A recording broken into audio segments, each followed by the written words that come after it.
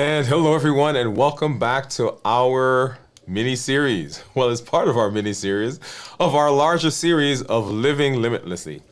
You know, as we continue talking about metabolism and that dysfunction that we see within our metabolism, there are so many things that come into play. We've talked about our physical health. We've talked about emotional health. And in this episode, we're going to talk about how our mental health has a direct impact on our metabolism. You didn't think so, did you? But if you follow the trend, if you follow what's been going on, you will find that a lot of what we experience, a lot of the dysfunction, the disordered metabolism that we see and we feel comes a lot from the burden that we have in our mental health space. And so in this episode, we're going to talk about how do we understand mental health, how do we gain clarity and resilience, and how do we set ourselves up for success as it relates to our metabolism. I'm talking to adults with type 2 diabetes who want to reverse their diabetes, who want to get off of medications, and who want to improve their health. If you're new to me, I'm Dr. Dwain Woode. That's Wood with an E. The E stands for endocrinology. Here on the channel, I educate, I empower, and I encourage you to take charge of a healthier life, avoid complications, and go to the next level, creating the life you've always wanted. And in our series, Limitless Living, Limitless Living says, there's nothing that's outside of me, no relationship, no thought, no situation, or nothing inside of me, no bad feelings, no depression, no anxiety, no memories that are going to prevent me from doing what I need to do to be metabolically healthy and reverse my diabetes. Go ahead and put new in the comments if you are new to our show, if you're new to our community, because I'd love to welcome you with a hand clap and some music. And let you know that I am excited that you are here. If you do have questions, go ahead and put those in the chat, in the comments, and make sure you put a Q in front of those, because I would love to welcome you and get to those as we move throughout the show tonight. It's been an amazing series so far as we've walked down the path of metabolism and seeing the benefits that we're getting as we think about how our physical health and our emotional health impacts our metabolism. And tonight, of course, we'll be talking about how the mental health affects that as well. You guys know how we do. I've got off to my side my glucose meters, and I've got my clarity report that's right below me. So let's go ahead and, so we've got that sitting right, let's see, this one right here. We got that sitting right next to me. And let's go ahead and change this. Ooh, there we are. Right, so got my monitors right here, and then right below me is my Dexcom clarity report, and we'll take a look at what's been going on with blood sugars as we get into our show. I do see some community members, so we'll say hi to them in just a minute. And so let's kind of give a little backdrop, and let's talk about where we are, where we're heading, and why we're doing the things that we are doing. So diabetes is one of those devastating diseases. I was talking to someone in the office just today, talking about the amazing burden that comes from diabetes and the metabolic diseases that are associated with it. And also talking about how it is that we have, I shouldn't say for some reason, that we have really relegated diabetes to a personal, that's your problem. Okay. When we use the phrase lifestyle disease, that's typically what we mean. We say, okay, it's a lifestyle issue. You go off, you take care of it. If you do a good job of managing, then we don't have these issues. But there are so many other things that that are involved. And if you've been following us, you understand, you know that our thought and the premise that we're using is that there are so many different things that intertwine. We've talked about the domains, and we've been kind of walking through the domains.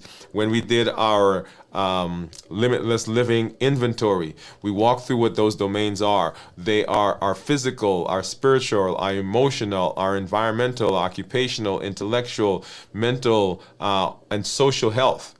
So all of those domains will play a part in your mental health, they will play a part in your metabolism, and ultimately they will play a part in your disease process. So as we are walking through the mental health concept tonight and talking about the show tonight, I want you to remember that they are intertwined. This is a wheel, right? It is a wheel that we are working on, that we are rolling on. This wheel, if the wheel is symmetrical, if things are ordered on the wheel, then the wheel takes us in a orderly and a calm and a smooth fashion. But if there are aspects of the wheel, those domains that we talk about, that are not doing well, then there are these jagged places, these big humps in our wheel, in our domains. And so our ride through life becomes very disordered and it becomes very rough, and that has impact on our metabolism. So as we're talking about where we are going and how we're getting there, what we're doing is we're in the process of looking at that limitless inventory and saying, what are the areas in my life, what are the domains, if you will, that I need to be looking at, and how do I make those as good as possible? How do I improve them? How do I supercharge them so that my wheel is working well and it's smooth, and so my metabolism, my health, my journey to success is better, and it's something that I can do continuously. Does that make sense? So that is the function. That is the idea that we're working on. This is that mini series that we're talking about, the domains of our health, and walking through that process. We introduced the Limitless Living Inventory several weeks ago. Go back and watch that show so that you begin understanding how we go about grading and how we go about looking at these various aspects of our health.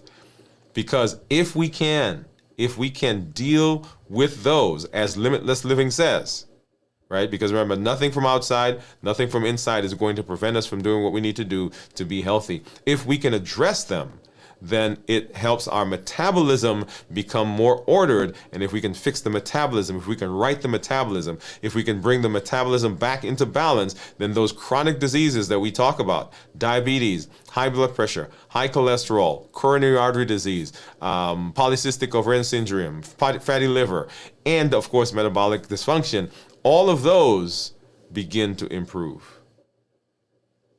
You got it? Okay, so we're working on our domains of health, and tonight we're spending time talking about our mental health. All right, so let's hop over and let's see. I do see some of our community members out there, so let's hop over and let's say hello. Let's say hello to you. Let's see who we have out there. Here we are. So I see Gian. So Teresa was the first one who popped in, and Teresa is saying hello. So, hey, doctor and everyone. Hi, Teresa. Thank you for coming through. Gian says, hi, Wood Gang.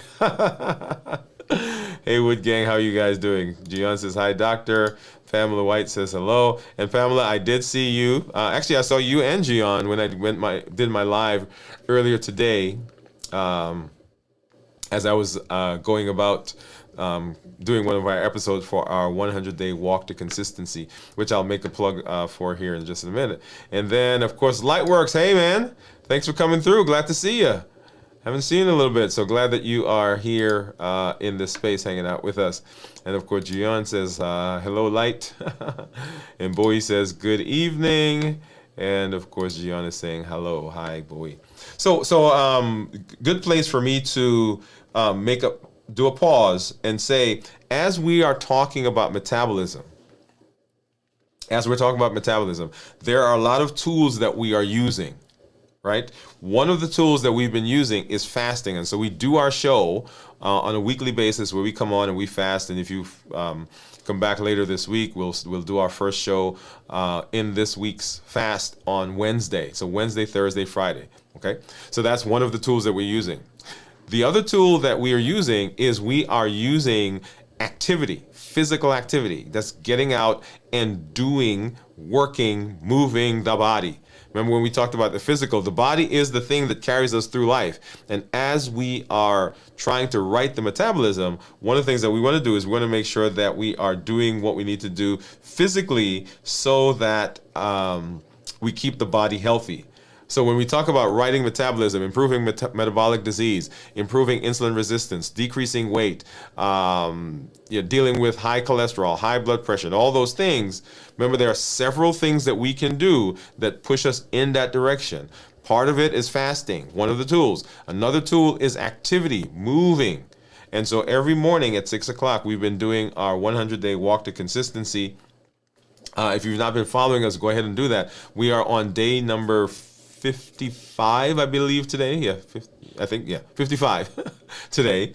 All of those are on the channel, and as you're walking, we're learning, we're moving, and we're doing some teaching there, so that you can not only learn about your physical health, but you're also learning about how to be consistent. And I'm just making a change here to one of my monitors. There we go.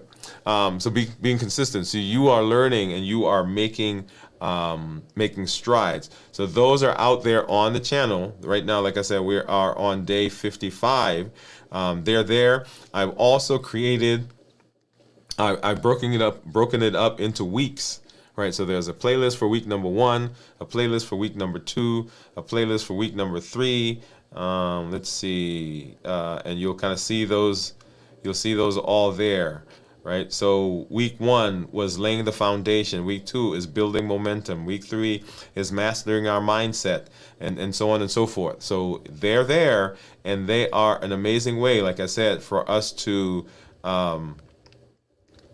use another tool that is amazing in the process of righting metabolism, because that is what we want to do. We want to improve our metabolic disease. If we can do that, if we can right our metabolism, then those diseases that we talk about, they all go away. They all get improved. And we get to do that, right? You want to hear it? You ready? We get to do that with as minimal medication as possible. That should excite you. That should excite you. All right. So let's go back and let's see. Let's take a look at my blood sugars. And here we are. So right now, according to the Libre, my blood sugar is 103. And you'll see right here somewhere. Okay, where am I pointing? Can you see that? Yeah, right there. Right. So that squiggly white line, that's my blood sugar for today. And you'll see earlier today around 9 or so, it was up at right around 150. And we'll see a better number in a minute when I get to the Dexcom, because I can actually show you the numbers. And then, of course, coming down as I went through the day. Now, right before I went live, I had a couple of slices of cheese. I had some jerk chicken, right? So that was my meal for today.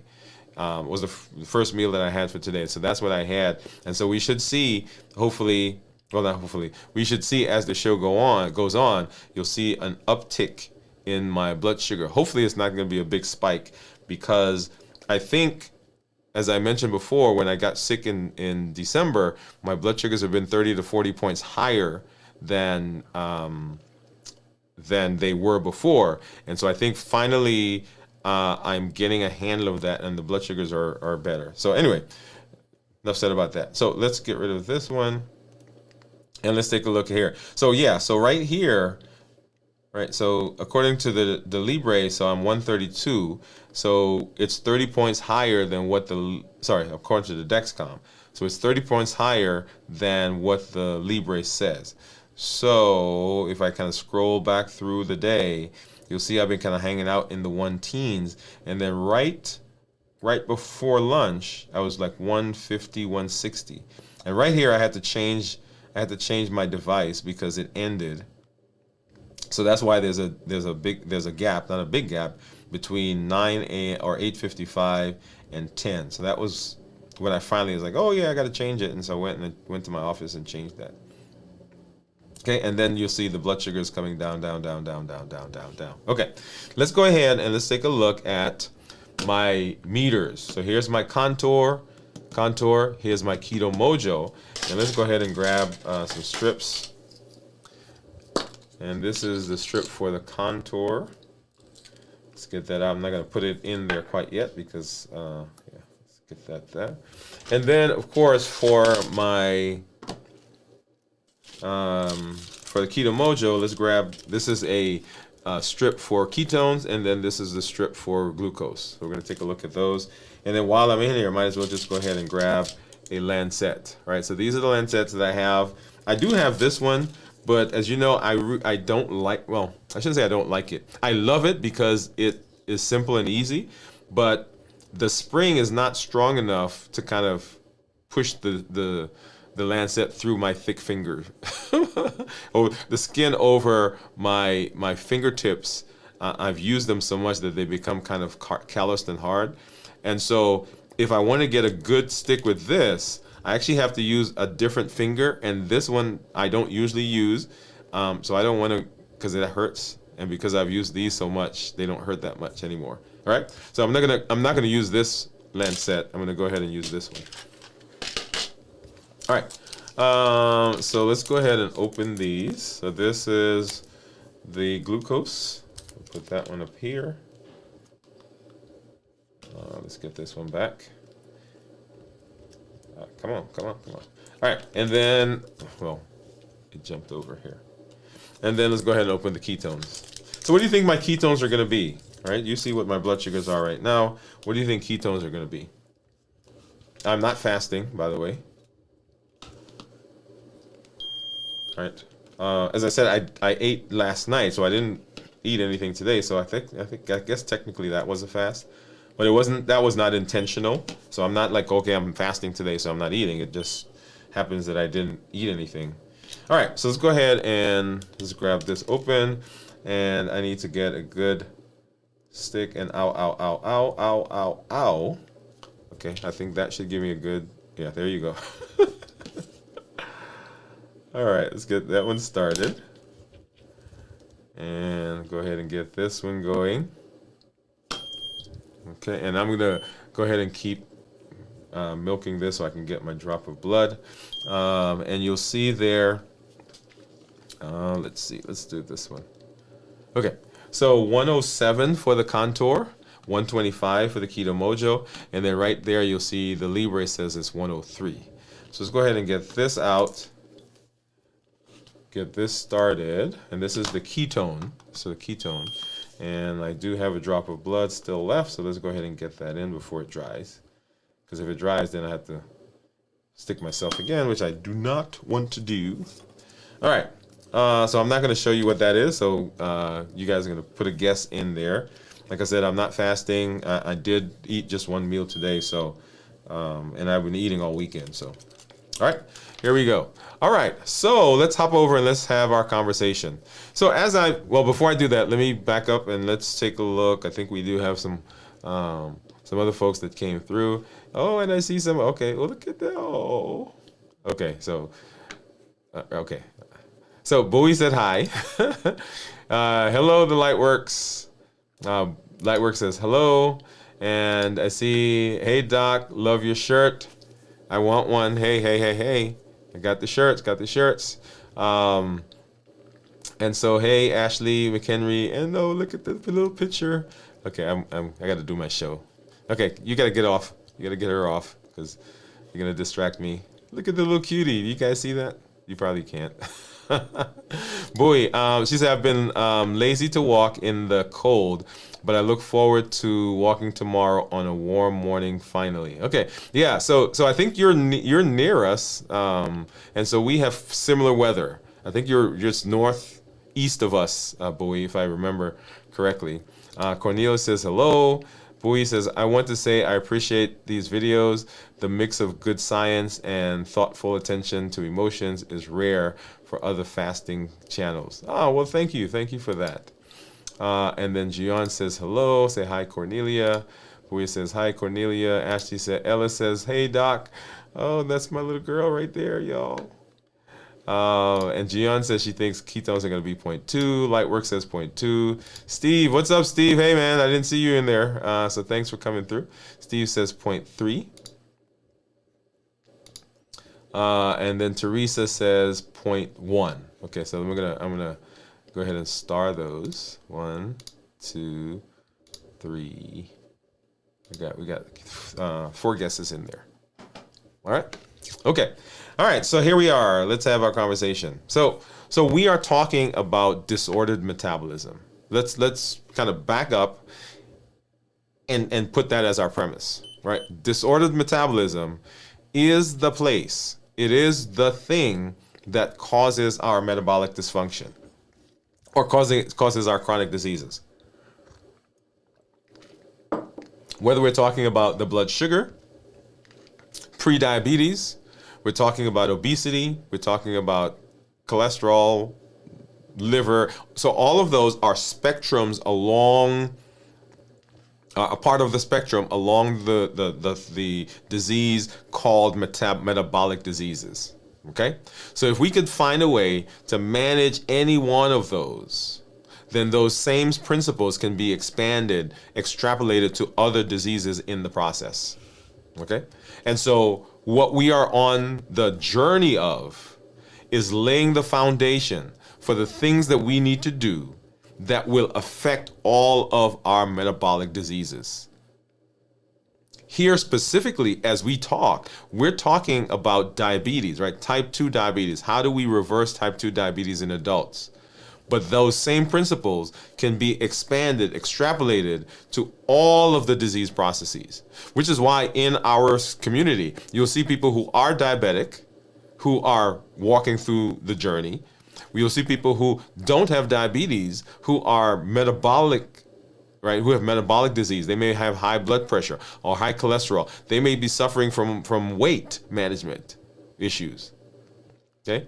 And they're in this process. There are also people who don't have those specific metabolic diseases, but are using the concepts that we're using in order to gain control, finally, of their eating behavior. I want you to listen, right? Because all of those, the sum, the bottom line, the common denominators are the same. So when we talk about the domains of health, the domains of health cross all barriers. They cross all disease processes. On our 100-day walk to consistency, that we started that walk, the concept with the definition of what's called a keystone principle. A keystone principle. And a keystone, back in the days when they used to build cities and walls, right? So there were these openings within the wall, right? That's where you walk through, kind of a gate. And when they built the gate, you got the posts on either side, and then there's an arch sometimes that goes over the top. And if you look at them, a lot of those were not built with cement and mortar and those types of things. All they did was they had the columns and they had the pieces of stone set in such a way so that when they came together, it was like a jigsaw puzzle, and they all held each other upright. And the main stone that was the lock that held everything together was called the keystone. So it is the thing that everything else is built on. It is the thing that allows all the other components to work together to accomplish what they wanted, which was to create a gate, create a doorway, create an entrance. And so in our concept, as we're talking, a keystone principle is that thing on which all the other concepts rest. And a keystone principle is the idea of disordered metabolism. Right? So as we've been talking about our metabolic disease and how we improve metabolism, we've gone through what's called our domains of health.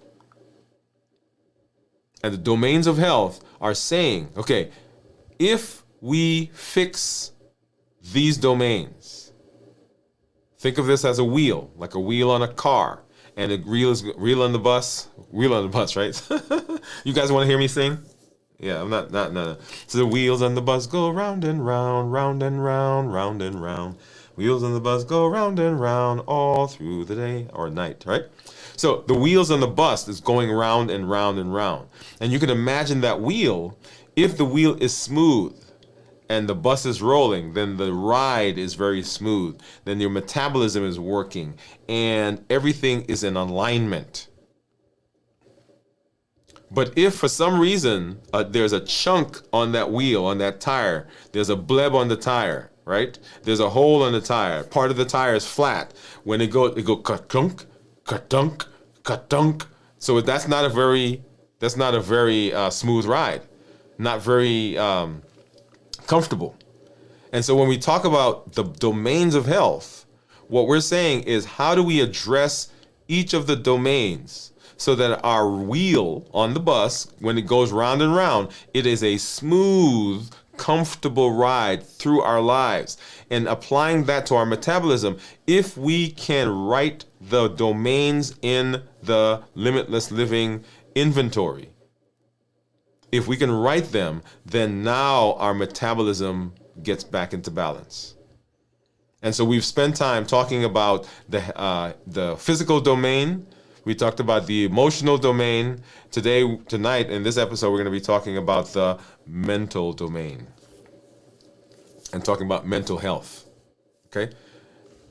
And mental health has been kind of the stepchild of the medical community, because everybody talks about blood pressure and cholesterol, and everybody talks about a lot of those other physical things that are involved with our health, but the mental part of it, right? I shouldn't say nobody. A lot of people do not want to address it because they see it as a failure.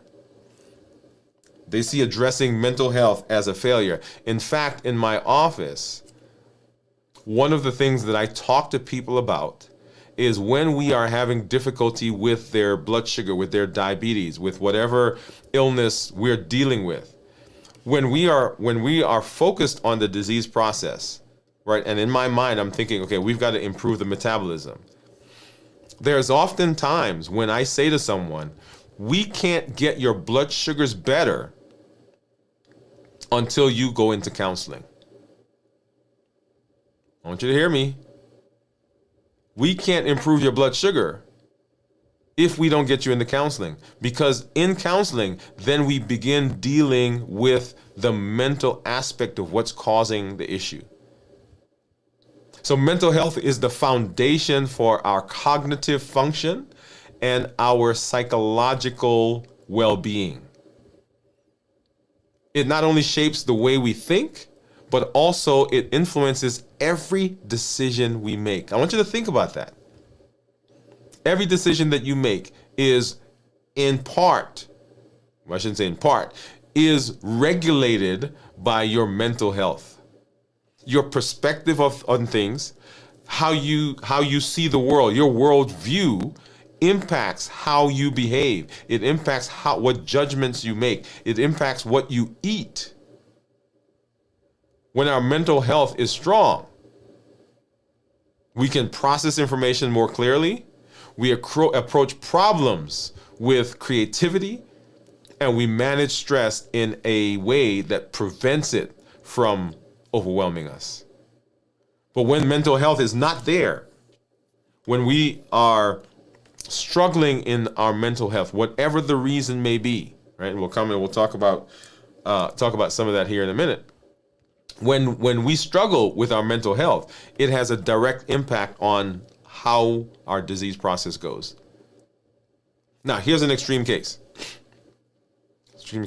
So I have I had a patient who used to see me, and I think they've moved away now, who was struggling with blood sugar, right? Getting blood sugars under control, so diabetes. And so we played and we toyed and we tried this and we tried that and we tried the other thing and we tried this.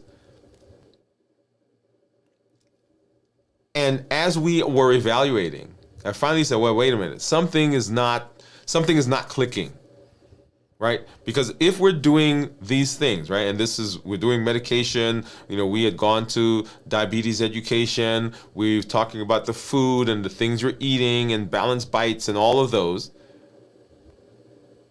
but we still were not getting control of the blood sugar. And so we sat down and said, hey, okay, so tell me what's going on. And it turned out that there was depression there. And so the depression dysregulated everything. So because there was this depression, there was not a thought about, okay, what do I eat? It wasn't like I'm deliberately going out and eating something. There was not a conscious decision on what to eat, on how to eat healthily. And because there was this depression, there was a negative outlook on life, a negative outlook on the world. Because there was a negative outlook on the world, there was no reason to want to have regulated metabolism. So it wasn't that that he was deliberately doing something, but it was just an apathy that said, whatever. Disordered mentation. A resilient mind is essential for our journey to achieve metabolic health. When you have a clear and balanced mental state, you're better able to navigate, to maintain your health goals. You're better able to problem solve. You have creativity. You can think outside the box. There's not such of a struggle to maintain order in your life because life is good. I tell my folks in my office often that I want you to have like the best life outside of the office. Like I want your life to be like nirvana. I don't actually say nirvana, but you get the idea. I want life outside of the office to be the best it can be. Because when you show up in the office, I get the overflow. When you come to the office and things are good at home, financially you're good, your relationship with your husband and your wife and your brother and your sister and mom and dad, when that's good, when you feel fulfilled in your life, when you show up with a pep in your step, you show up with joy, you show up with a smile. But if things out there are bad, do you imagine how you show up at the office?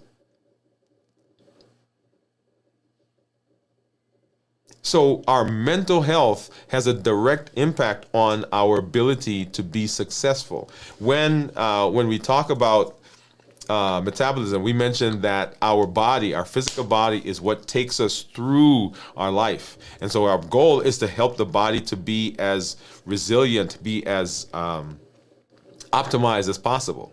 Well, if the body is the thing that drives us, then mental health is the thing that begins to steer us.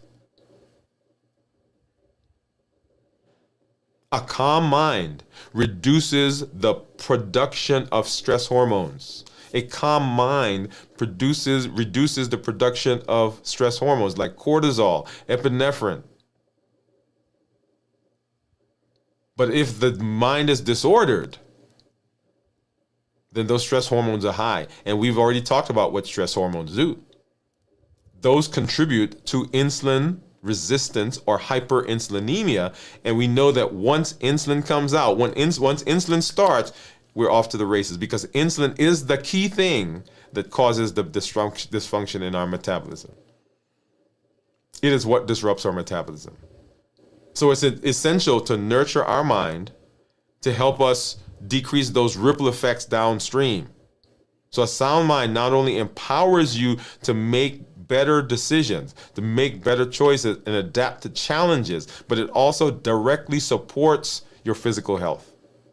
It is possible to develop physical illness because of disordered thinking, disordered interactions, challenges that can't be managed properly. There's this thing called a dissociative fugue, which is where someone has and you probably see they enhance it and they super, they make it a big deal in the movies. So, John, for lack of a better name, I'm going to just pick John. So John disappears from his life. And he shows up in California. And one day, so he's supposed to be living in New York, he's in California.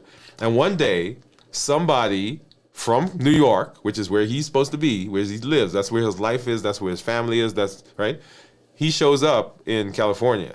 And somebody from New York is out there doing something, maybe they're visiting, and they happen to see him. And they say, John, I didn't know you were out here. Well, John sees them and John doesn't even know them. He doesn't remember them. But somehow that interaction triggers a thought, triggers some memory, and the memory comes flooding back.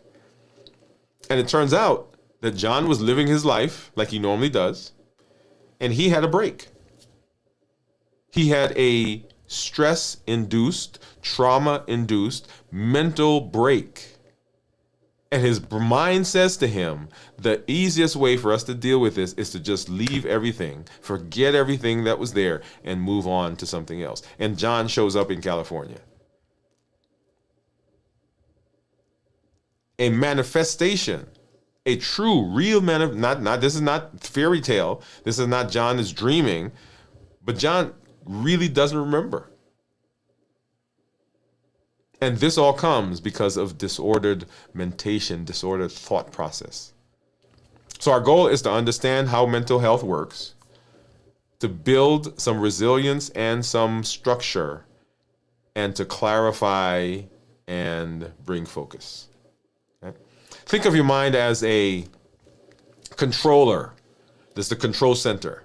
Like I mentioned, the car, the body, that's the organism, that's the machine that is doing the walking and the moving and the driving. It is the thing that's carrying us through. And the brain, the mind, the mental aspect of ourselves is what is doing the direction.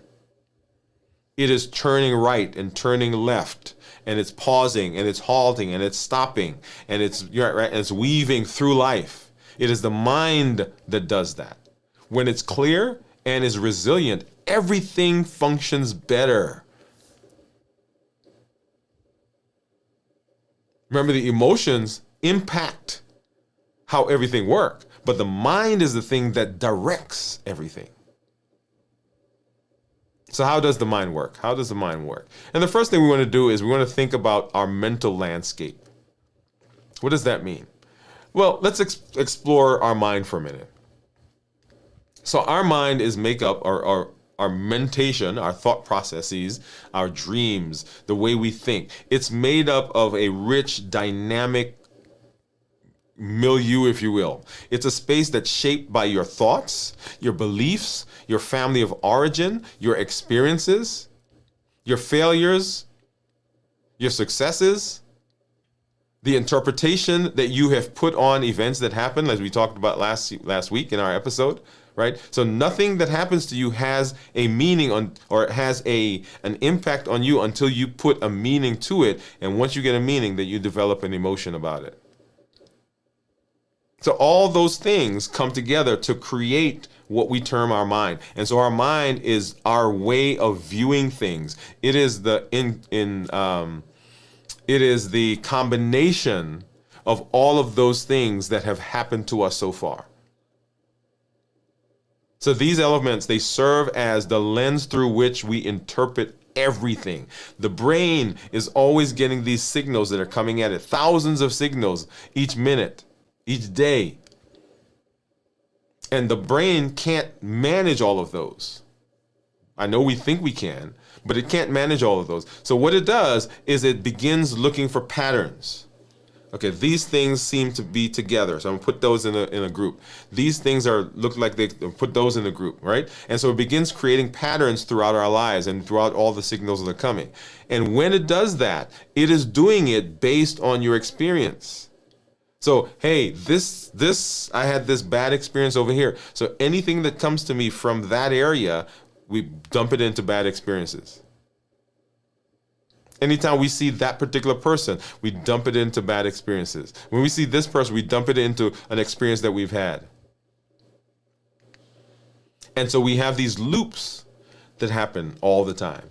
Have you ever considered that there are certain things that happen to you and it seems like they always happen? Now here's a bad example. Well, I'm not going to say bad. This is an example. Okay? This is an example. So you have an experience with a man, a woman, a boyfriend, girlfriend, husband, wife, friend. And it seems like every person that you get with, every person that you encounter in a romantic relationship, you end up in the same kind of discussions, same kind of arguments, same kind of situations. Why is that? That happens because of the mind. Because our mind seeks out the things that are familiar. Even, I want to listen to this. Even when there are things that are harmful to us, because they are familiar to us, our mind, our brain will direct us to that thing. I want you to listen. Even though something can be harmful because it is familiar, it is actually comfortable being in that space. And our brain will say, hey, we're going to go there because we know that. So when we're talking about our mind, having a better understanding of it, having a level mind, a mind that is clear and functional, and recognizing those patterns and understanding what's going on is very, very important. Okay? So here are a couple of key points that I want you to get, right? So I want you to write these down. So there's this concept called cognitive patterns, right? Cognitive patterns. So what you want to do is you want to begin looking at and paying close attention to your inner dialogue. Inner dialogue. Notice if you frequently engage in the same kind of self-talk. This is not about anybody else. This is not about out there. This is not about what people are telling you. I'm talking about in here. And there's a concept of ourselves that we all have.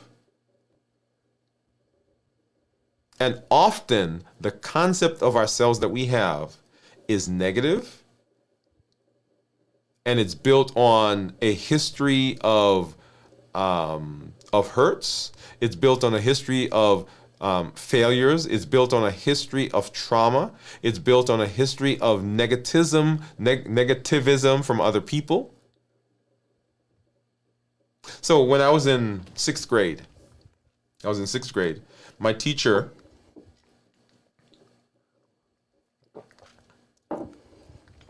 pulled me aside, and we were doing basketball or football or something.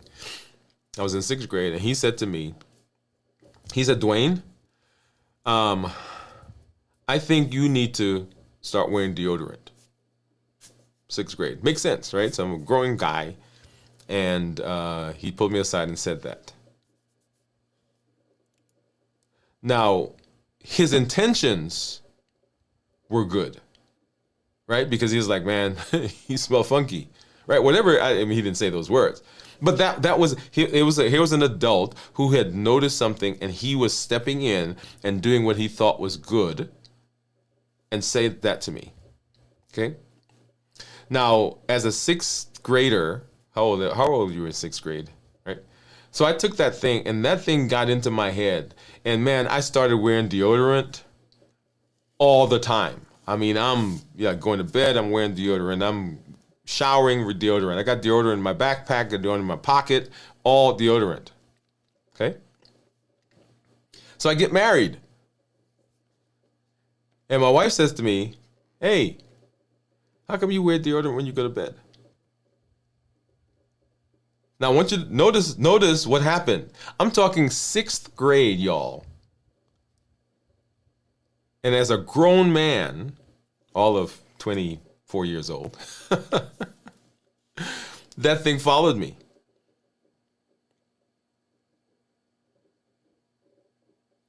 So our interpretation of the world affects how we behave.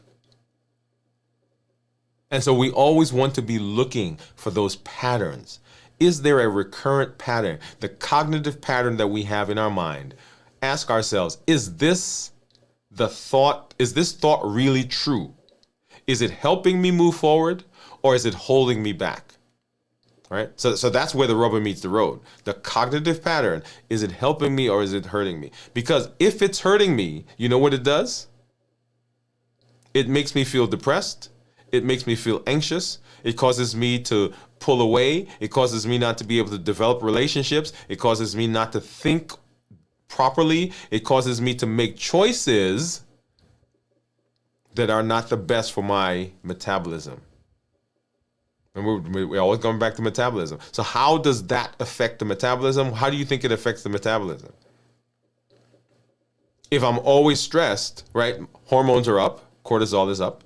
If cortisol is up, then cortisol is causing high blood sugar. If high blood sugar is happening, and when I say high blood sugar, higher than normal. So it doesn't have to be that you're diabetic. Higher than normal.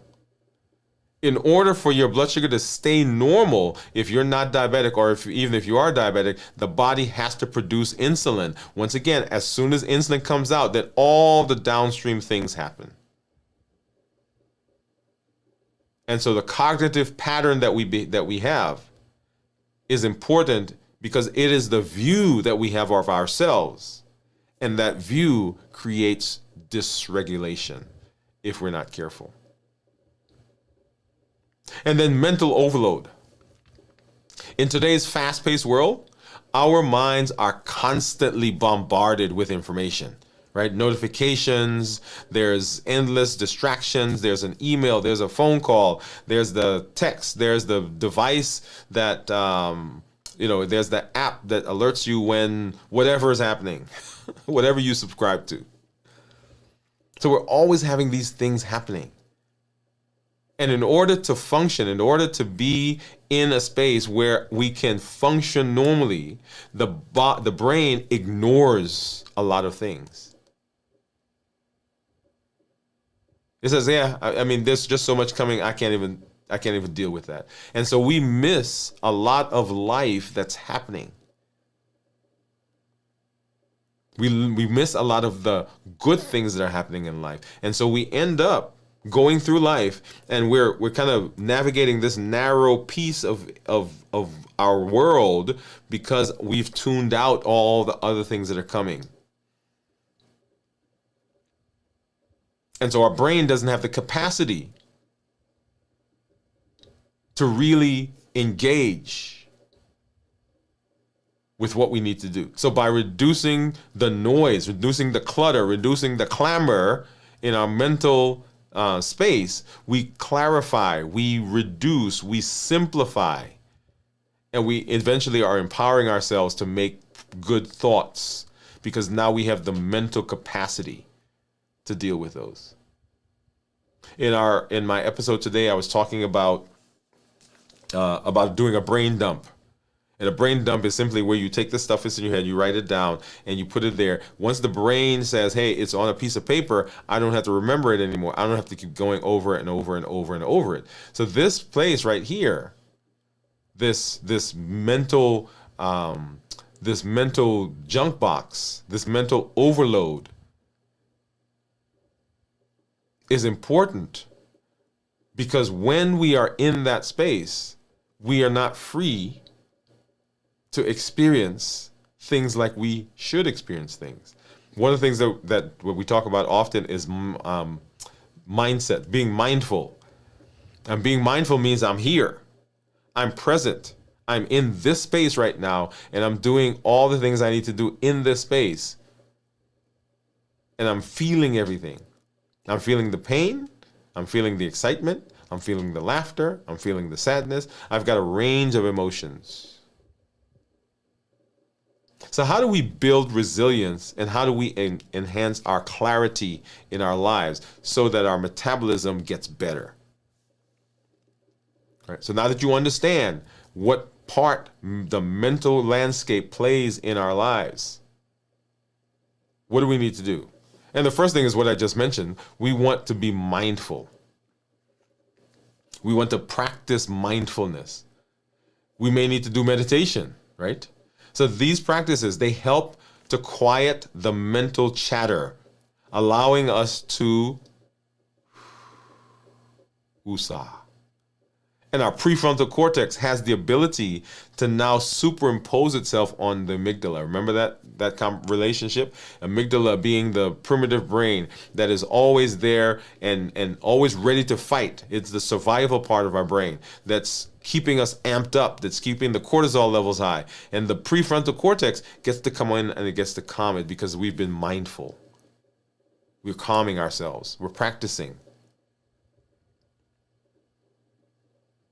So the rational part of our brain gets to say, hold on, let me direct you. Remember, the mind is what's steering you, but the rational part of the brain gets to say, okay, let me be in charge. Let me help direct you. Let me help you make those decisions. Otherwise, the other guy is just reacting, right? It's just all over the place. And that leads to disordered metabolism. Cognitive restructuring is the second thing. So mindfulness, cognitive restructuring. Cognitive restructuring says that I'm challenging and I'm reframing negative thoughts. Remember that conversation, that inner conversation that I was talking about?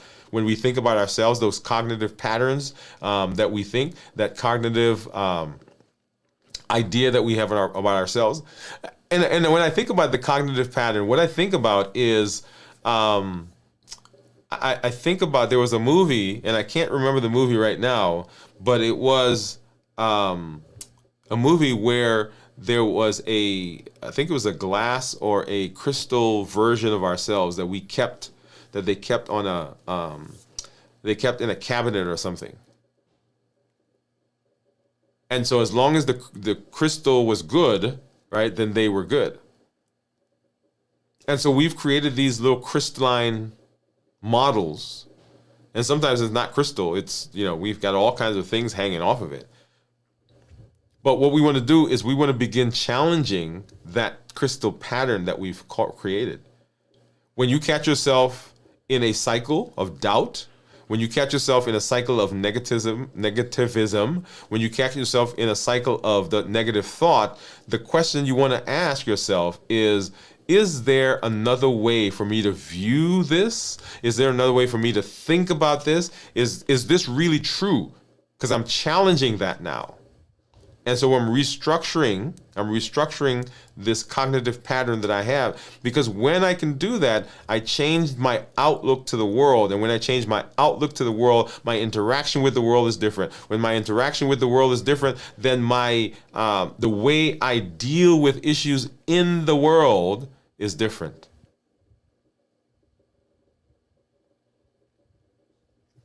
The next is digital detox, right? So everything is on where's my thing? Yeah, here's my phone.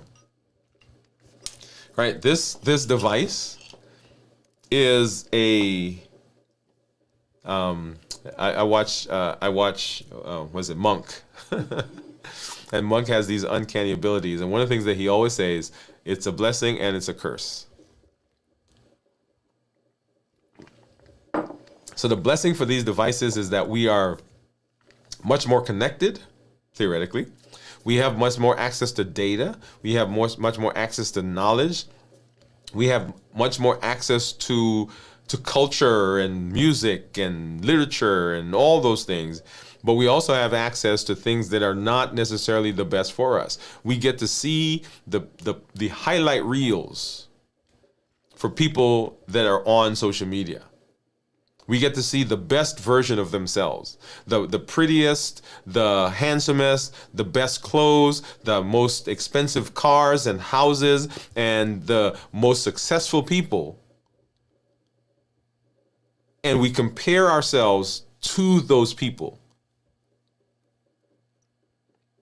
And when you compare yourself to those people, guess what? A lot of times we come up short.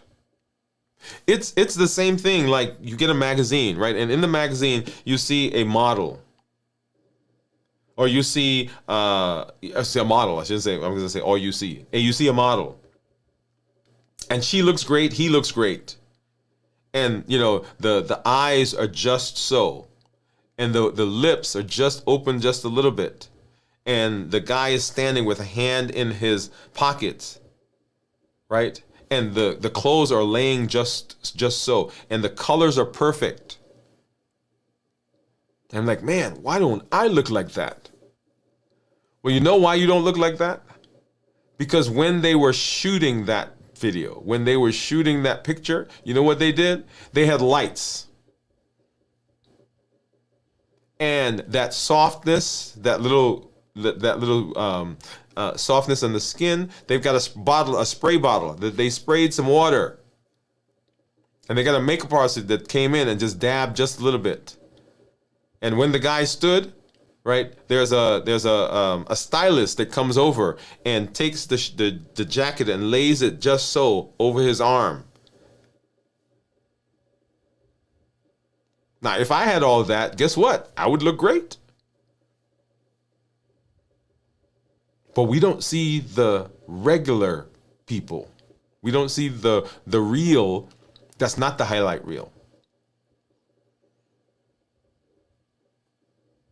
So digital detox is another way that we become resilient and we enhance our clarity, right? We're talking about focus. We're talking about clarity. We're talking about disordered metabolism. And what are the things in our mental aspect, mental life, mental health that we need to address? And of course, physical activity. One of the reasons for 100-day walk to consistency that we're doing in the morning is that it helps with improved insulin resistance, with weight, with high cholesterol, with high blood pressure. But the other reason is that when we move, physical activity, when we move a muscle, we change our thoughts. Move a muscle, change a thought. It is a concept that's taught in recovery. If you're sitting and you're getting a craving, you're getting the call of whatever that substance is or whatever your drug of choice is, move. Get up and move. Go outside, walk around, stand up if you're sitting, sit down if you're standing, lean out the window, do something that is physical. And if you physically move, you change a thought. Have you ever realized that the way you sit, the posture that you're in, how your hands are clenched, how your jaw is clenched, how your shoulders are hunched, all of that has an effect on your mind and on your brain? So change, and that gets to improve, okay? And then sleep optimization, right? Quality sleep is essential for cognitive function.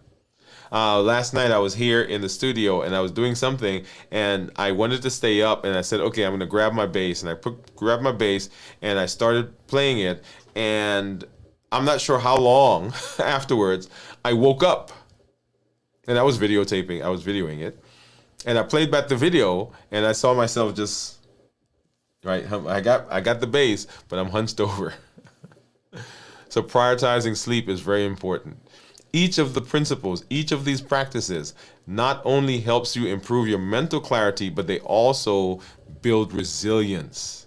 They enable you to bounce back, to quickly think of solutions, to be able to maintain your growth mindset. And the thing that is important is when we can do that, then our mind gets to direct us in a positive way, and we don't have to buffer. You notice that word is coming, right? We don't have to buffer like we're doing right now. And when we're not buffering, then we can live life at its fullest. And we can do the things we need to do to have better metabolism. Okay? So now let's put these things into practice, right? So I want to challenge you to pick one of the techniques that we talked about. Whether it's starting a mindfulness practice, whether it is rethinking, reshaping, redirecting your thought process, doing a digital detox. One of the things that I didn't talk about is journaling. Journaling, very important, right? So remember, we get all that stuff out of our head onto the journal. That's another way that we can use to be able to write our thought process and help our mind. And then share that in the comments. Share that in the community. Let us know what it is that you are going to be using to be able to do that. Our mental health. Our mental health is very important. Remember that a clear, resilient mind is the control center for all other aspects of our lives. So when we're thinking about the domains, by taking deliberate action, by taking deliberate steps to understand and improve what we're doing, our mental landscape, you lay the foundations to improve physical, emotional, mental, social, your overall well-being. All of that happens if we can write the controller. The controller, the controller, the controller, very important in what we do. Okay? All right, so that is, once again, right, all of these aspects are intertwined. Our physical, our emotional, our mental, as we talked about, our social aspect, all of these domains fall in line with what happens, what we are trying to write. If we can deal with each of the domains and help them to function well and help them to be smooth, then the dysfunction that we see in our metabolism gets improved. Okay. All right. So let's hop over and let's say, I think I saw, let's go back up. So those were some guesses. Lightwork said, I found with last couple of Dexcom G7, I've had to do multiple calibrations with using the glucose meter to get the number in line. They were off by 30 to 40 points. Good point. Good point there, Lightworks. I tend not to do a calibration. One of the reasons for that is that since I have two, I mean, for me, it's just a sense of, knowing where I am. I'm not necessarily looking for the exact number. So Jay Lamson said, hey, Dr. Wood, hello, everyone. Hey, Jay, how you doing? Let's give a hand clap and some music. And Bowie says, hey, Jay. Hi, Jay. Teresa says she's getting ready to go. Better after this show. Good night, Teresa. Teresa says, hey, doctor. That's right. I was. Isn't that interesting? I was talking about sleep right at the time when you say, hey, I'm getting ready to get out of here. Night, Pam. Teresa says, I beat you to it. I'm already in bed. Going to close eyes as soon as this is over. And Teresa says, Lightworks night. Yeah. Oh, let me do this. Before we go, I want to make sure that we look at my glucose meter and what do you think my ketones are going to be? So let's go ahead and let's grab this guy. All right. And let's get this started. And let's go ahead and get this synced. So what do you think it's going to be? I had a 0.1, I had a 0.2, 0.3. I don't think anybody said 0.4. Yeah, so I had 0.1, 0.2, 0.2, 0.3. All right, so let's go ahead and that's scanning and syncing, hopefully. So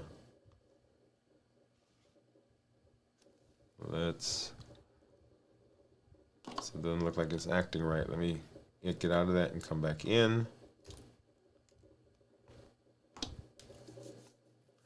And go ahead and sync again.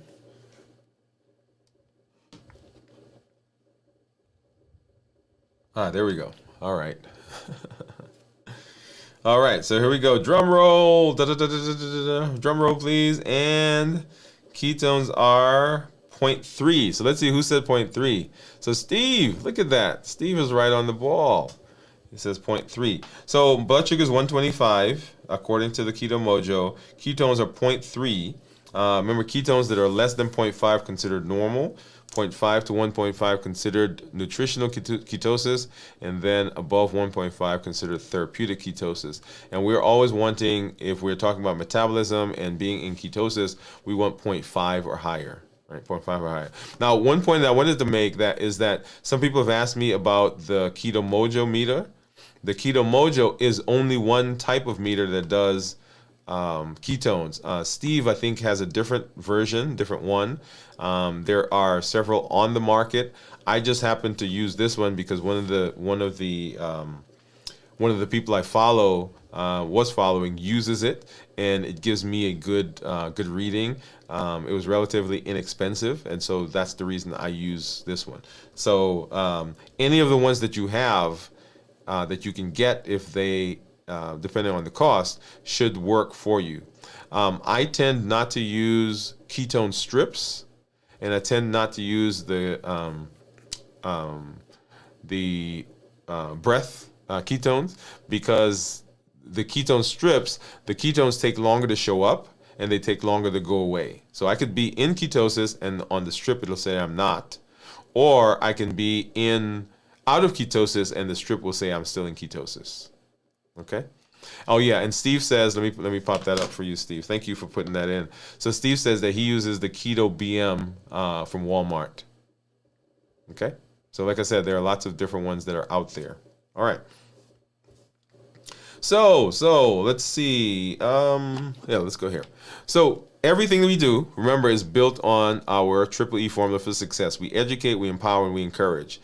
The education comes in the form of what we're doing, the shows, the blogs, the podcasts, as we walk along the process of the limitless living. Limitless living said that we are addressing those things.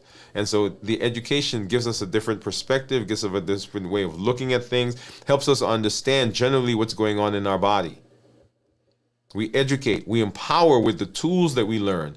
Fasting, 100-day walk to consistency, balanced bites, how do we create a menu, mindfulness. All of those are tools that we're learning on our journey to regulating our metabolism and reversing our diabetes. And then we empower with the encouragement, we encourage with the community that you are part of, the community that you are helping to build. Now, my one ask is this: when you show up, I want you to work on the challenges. The things that we do, the theory is great, but it does not take effect until you infuse it with your action, and that's what gives it power. Let me say that again. Watching the videos, I love the fact that you watch the videos. I love the fact that you take notes. I love the fact that you're listening and you're hearing. But what I want more than that is for you to implement the things that you are learning so that you can gain the benefit of changing your metabolism, righting your disease process, reversing your diabetes, and ultimately go to that next level that we keep talking about. That's the goal. That's the function of all that we're doing. That's the reason for what we're doing.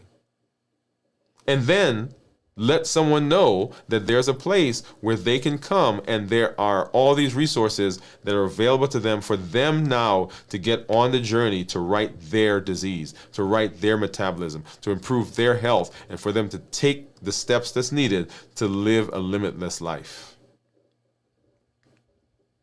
Right? Those are the things I want you to do. And then, of course, you heard Ashley earlier talk about my shirt. 91.4%. 91.4% of the things that we worry about never come true. 91.4. So we spend time, energy, looking at the past. We spend time, energy looking at the future. We spend time worrying about the things around us, and 91.4% never happen. So I want you to remember that it is not that things won't happen, but the majority of things that we worry about never happen. And you can make choices. Once again, our mental thought, our mental control center is influenced by the 91.4, because we worry about these. And so our brain takes that in, and our brain directs us in ways that it would not if we understood and if we were able to do and think about this. 91.4. Okay. So later this week we will be doing our check-ins, our fasting check-ins. Make sure you join us. We'll be back on Wednesday, Thursday, Friday. We'll be here fasting checking. on Saturday night at 9 o'clock, video from the vault, and then on Sunday morning at 6 a.m., This Week in Review. We'll be there, and then next week we'll be right back here for Dwain Woode MD Live as we continue our trek through the process of reversing diabetes and our limitless living. This mini-series that we're doing on the domains of health. Later this week on the 27th at 7 p.m., we'll have our community meetup, so make sure you do that. If you've not joined us, so that'll be in the membership area. We'll put that in there, and so that link will be for you to be able to get in there. Always, always, always excited to be here with you. Always excited to be in this space. Let me pop some of these comments up just before we go. Let's see, what do we got? So Cornelia says good night and thanks, Steve. Lightworks said another great session, Dr. Woode, with an E. Steve says about $29. Oh yeah, so the meter that he was talking about $29. Good night, says Gian. Night, Gian. Pamela says good night. Good night, everybody. Well, like I said, this is Dr. Dwain Woode. That's Woode with an E. The E stands for endocrinology. Here on the channel, I educate, I empower, and I encourage you to take charge of your health and your life, avoid complications, and go to the next level. And limitless living says that I'm not allowing anything from outside of me or anything from inside me to prevent me from doing what I need to do to be metabolically healthy and reverse my diabetes. I am presenting my best self, my best health, and my best plans for my life. I am breaking free of the obstacles, of the boundaries, of those things that constrain me to go to the next level. Good night, everybody. We'll see you at the next show.